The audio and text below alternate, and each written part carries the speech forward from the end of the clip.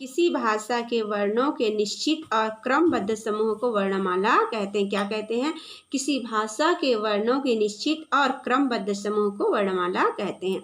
अब वर्ण के भेद। वर्ण के मुख्यतः दो भेद होते हैं। वर्ण के भेद कितने होते हैं? दो होते हैं, स्वर और व्यंजन। स्वर, अब स्वर क्या है इसे पढ़कर जानते हैं।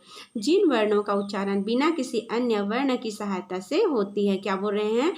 जिन वर्णों का उच्चारण बिना किसी अन्य वर्ण की सहायता से होती है उन्हें स्वर कहते हैं। हिंदी वर्णमाला में कुल 11 स्वर है। आ ई उ री ए ऐ ओ औ। ये क्या है? स्वर है। अब स्वर के भेद देखते हैं। स्वर के 3 भेद होते हैं। कितने भेद होते हैं? 3 भेद होते हैं। हास्य स्वर, दीर्घ स्वर और लुप्त स्वर। क्या होता है? प्लुप्त स्वर, जो छुपा होता है, प्लुप्त स्वर। अब हास्य स्वर क्या देखेंगे? अब हास्य स्वर। हास्य स्वर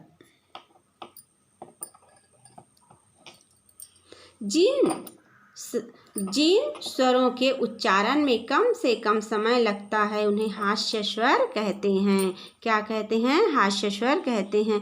हिंदी वर्णमाला में कुल चार हास्य स्वर है। कुल कितने हैं? 4 हास्य स्वर है। आ ई उ री इन्हें मूल स्वर भी कहते हैं। आ ई उ आ ई उ री इन्हें मूल स्वर भी कहते हैं। अब दीर्घ स्वर। दीर्घ स्वर देखते हैं। जिन स्वरों के उच्चारण में हास्य स्वरों से लगभग दुगुना समय लगता है। हास्य स्वरों से लगभग कितना समय लगता है? दुगुना समय लगता है।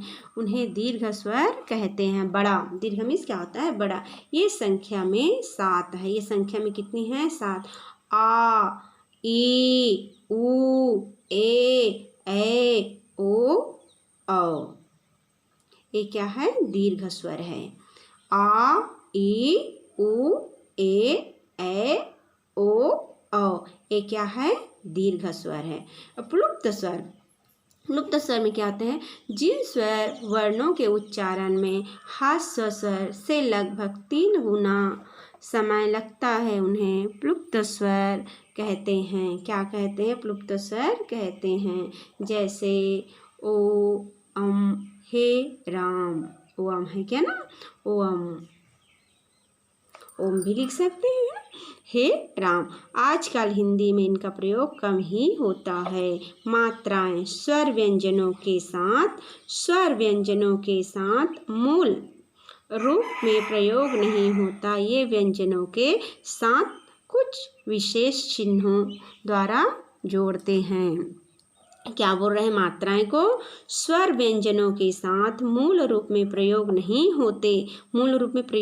होते। ये व्यंजनों के साथ कुछ विशेष चिन्हों द्वारा जुड़ते हैं। इन चिन्हों को मात्रा कहते हैं। इन चिन्हों को क्या कहते हैं?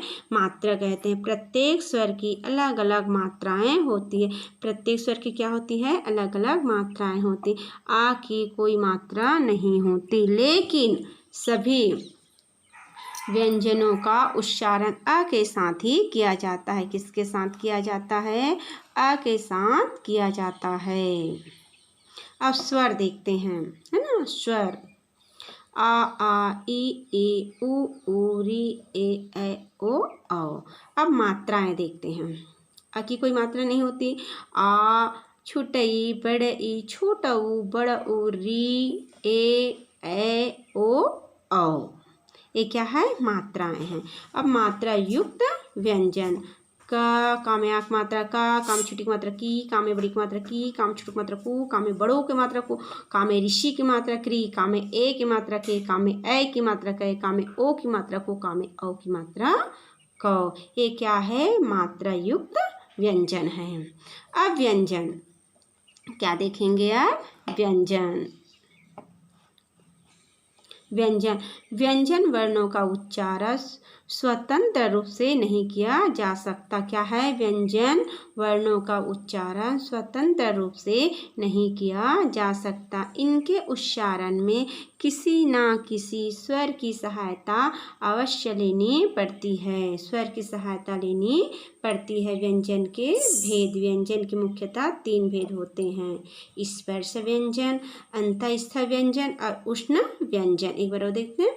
व्यंजन के 3 भेद होते हैं: स्पर्श व्यंजन, अंतःस्थ व्यंजन और उष्ण व्यंजन।